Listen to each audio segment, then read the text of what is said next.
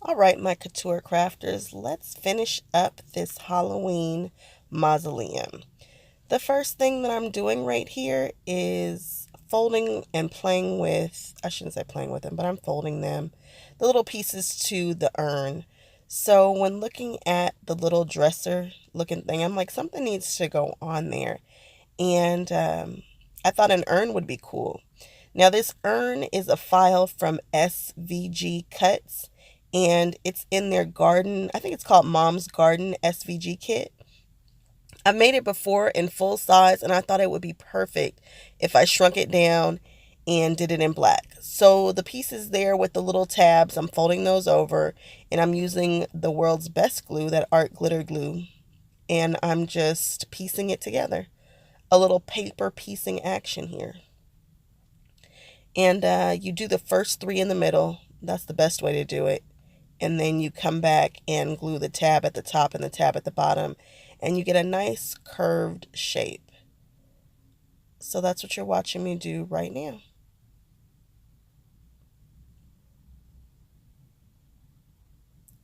This is a 12-sided urn, so there are 12 of these, and it takes a little bit of time, but I think that the end result is more than worth it. It's so cute. So here for the bottom piece, you just lift those tabs up and plop that 12-sided shape right there. Don't try to put it in from the top. Then I decided I wanted to put a magnet because I didn't want the urn shaking around. If you bumped it or whatnot, I wanted it to stay put. So I put a good size magnet. I want to say that's like a 1.5 inch circle magnet, and that sucker is strong. So I put that in between the two layers. I put one layer under the tabs, and I put another layer over the tabs. And now I'm looking at it to see if I like it, and I did.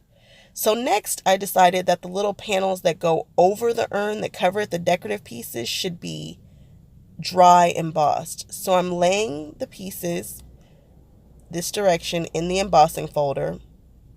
I think I do 5, maybe 6 at a time. And then you make your little sandwich, and then I'm just cranking it through my old school Cuttlebug. I love my old school Cuttlebug. And there you can see now the paper has indentations in it.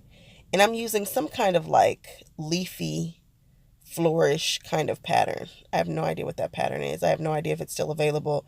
And I wasn't really particular about it. I just tossed it in there, and I just wanted to get it kind of a leafy, not a paisley, but like a leafy kind of pattern. This is an old folder. You can tell because it's little. The newer folders are much larger. And I have one more left. So I crank that puppy through. And now you're watching me glue the little panels on the side. So for these, you only glue the top and the bottom. And then it gives it a little round body kind of shape that covers those sharp angles on the current urn. You see how the urn is got those little sharp, where you try to piece it, where you pieced it together. This just covers it up. It's really cute. I am very pleased with the way this urn came out. I like it. And I'm not trying to make sure that I have the right panel pieces. I'm just grabbing a piece and putting it next to it. Then I grabbed these 25 flowers from Michael's. Those are the flowers that are going to go in the urn. The colors that I wanted to do this mausoleum initially were orange and blue and whatnot, but for whatever reason it ended up being purple and pink and red. I guess it's because of the paper pack that I chose. Not a huge fan of those colors together, but it is what it is. So that's what color the flowers had to be so that it all kind of comes together. So apparently I'm doing all of the little pieces. Then I have a color catcher here. And because I'm in a super tiny space and I don't always want to go outside because I'm creating in the wee hours of the morning, I need to be able to spray in the house at my workstation. So I bought this little box from, I think it's Stampers Anonymous, Tim Holtz. And now I'm using Dilutions, the little shimmer sprays. These are the ones that have the mica in it. And this is supposed to be black marble. Although on the flowers, those stark white flowers, it comes up a kind of a grayish color. I thought it was going to be much darker than it is. Oh well.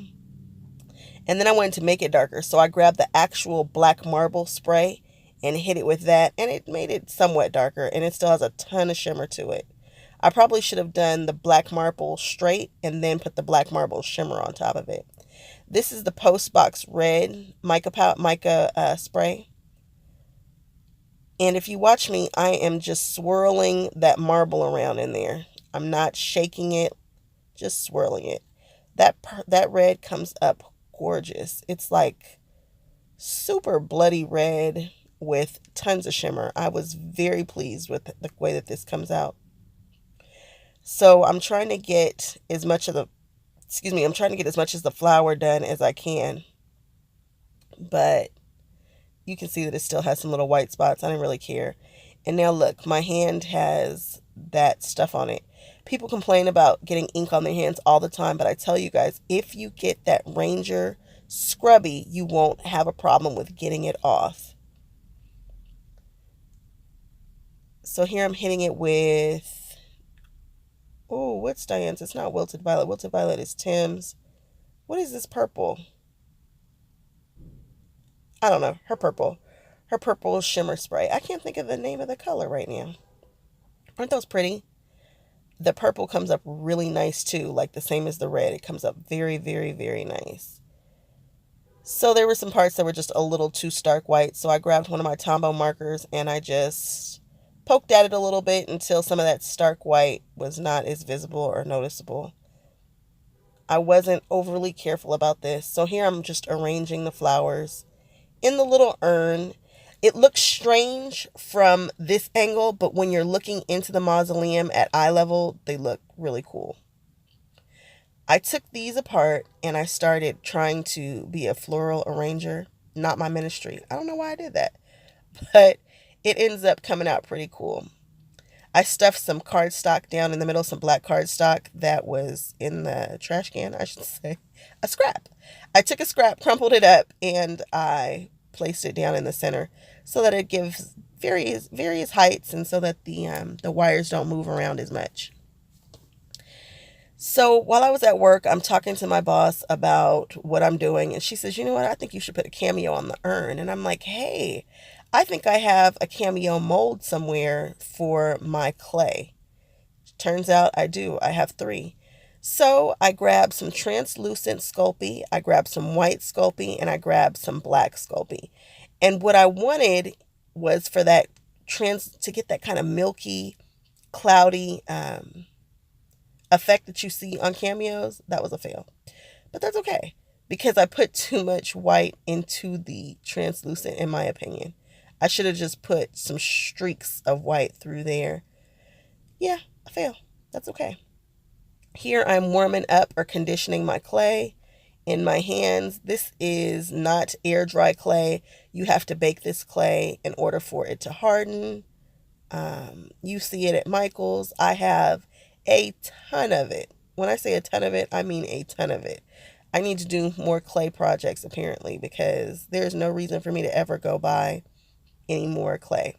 So I'm testing the molds. So I'm checking the size. Like, is this size too big? That one was a little overwhelming in my opinion, but I thought, we'll see which one comes out the best and we'll work with that one. Here I'm cutting some more translucent clay and conditioning it because I need enough to go in all of those molds.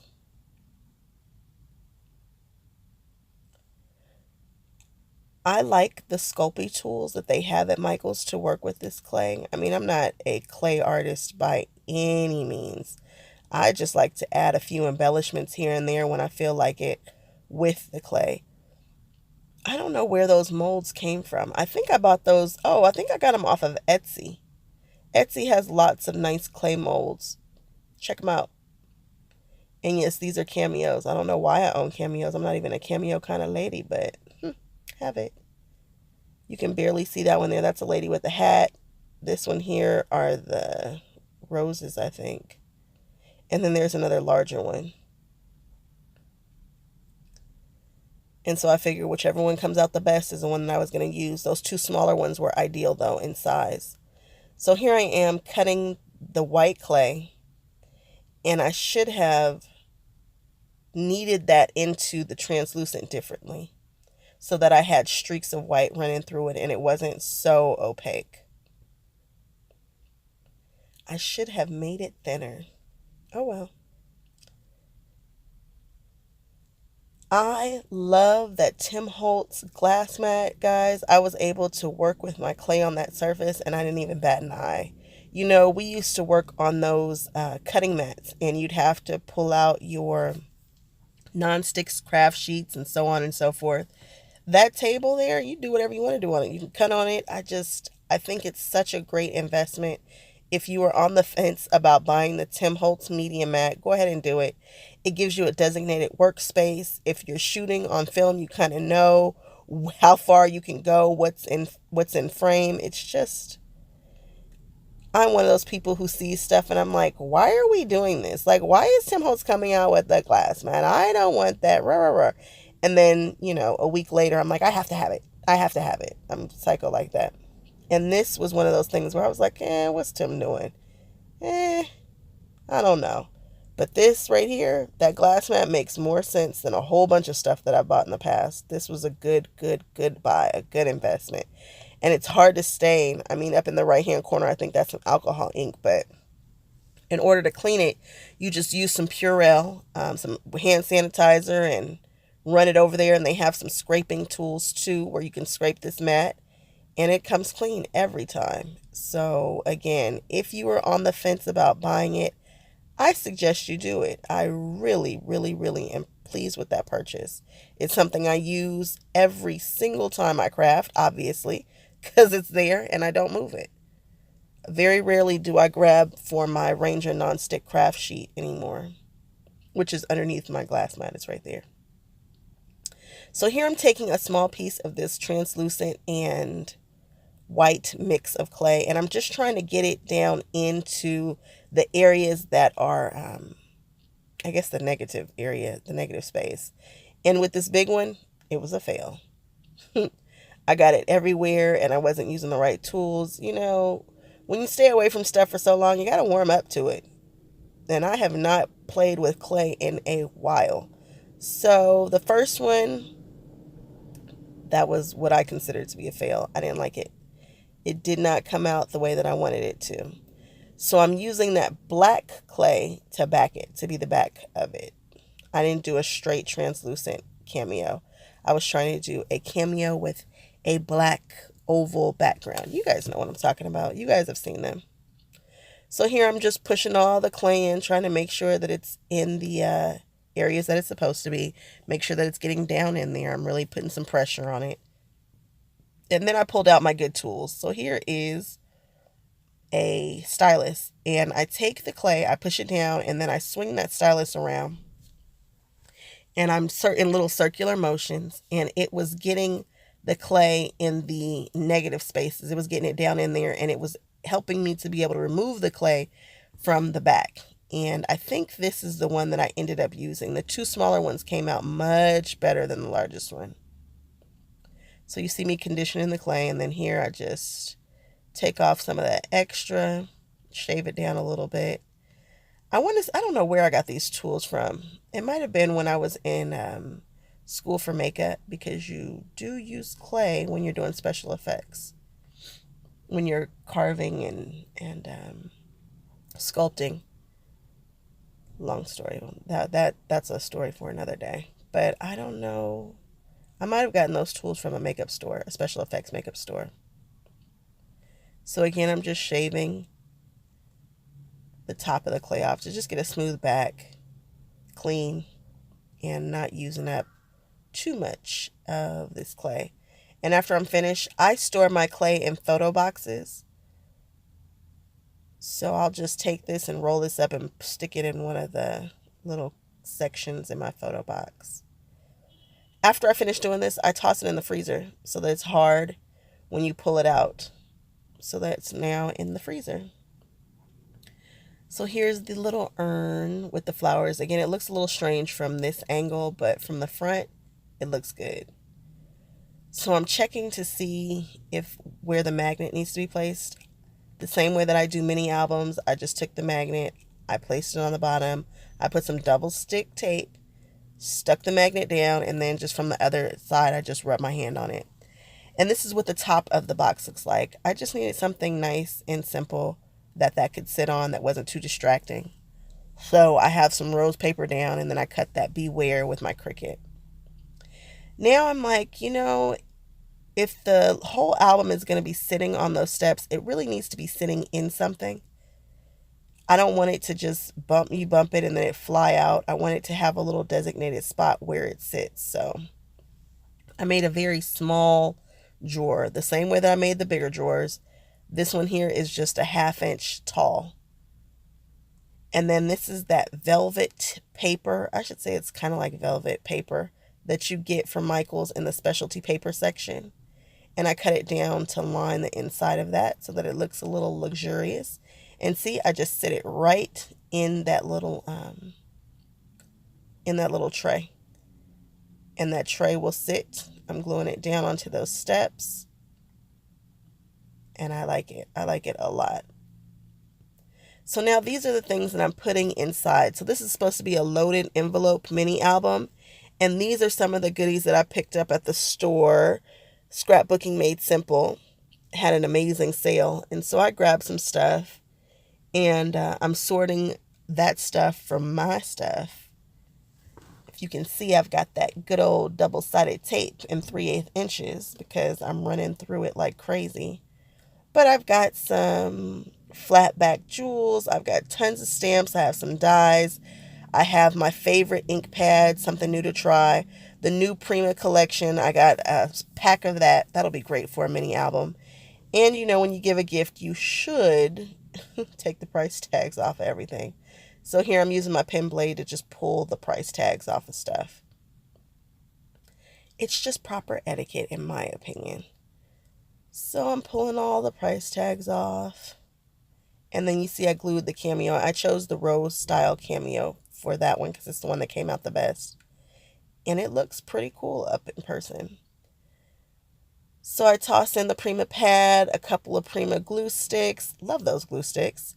A couple of stamps, a couple of dies. And then that drawer is complete. Then I pull out the next drawer, and the Prima flowers are going in there. Those flowers are so pretty. They match that collection perfectly. So if they want to do a little itty bitty mini album, that works out great. Versaclear, if you've never used it, you don't know how amazing it is. And I think everybody should try it. And oxide, maybe that's a color that they don't have. Maybe it's a color that they want to try. Maybe they want to play with an oxide. I figured, hey, most people like purple, so I just grabbed purples. Plus it goes with the colors that I'm using. So I have to figure out how it fits, and I start playing Tetris with the things, and that's that drawer. And next are the rest of the stamps and dies. Actually, those are just stamps. The Prima didn't want to fit, so I said, I'll fix you. I just cut the top off. You guys, I had so much more room in that last drawer. I cannot believe how I could have put another stamp set in there, and I do have another stamp set. I don't know if I bought it for me or for them, but I kind of like it. But I'm like, maybe. I think foam squares are a must, so I tossed some foam squares in there. Add some dimension to your projects. Maybe it's something that you've never played with. Love those, especially with the holiday season for cards coming up. I thought that would be cool. I put a Marabou wax crayon. Maybe that's something they've never tried, something to play with your mixed media projects. I should have taken the skeletons out of the bag and put them in there, but I was like, wasn't feeling it. So that's the project, guys. That's it. And now I'm taking the camera off and showing you what it looks like. I love the spider web stamps in the corners. Favorite part. What am I doing here? What am I doing? Oh, I know. For the mini album, the inside, Rosa Kelly's pattern was to do a pocket on one side, and then the other side is whatever you want.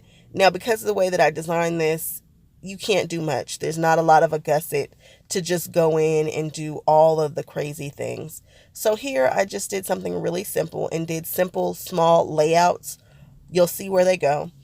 But I'm, telling them, giving them ideas. So here I've cut a bunch of 2x3, which are the size pictures that you can print out on those little printers, and you can print out a 2x3 picture that's super popular right now.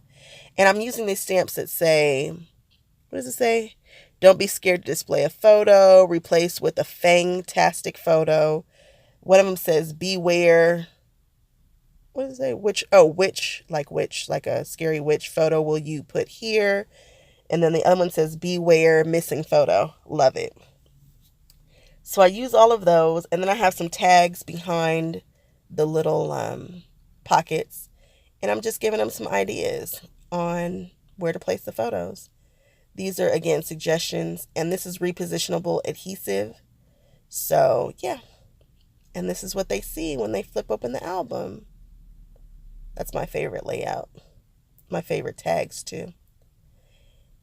And that is truly the project. You guys, thank you so much for hanging out with me. I hope you enjoyed this. And stay tuned. I got a Halloween mini coming.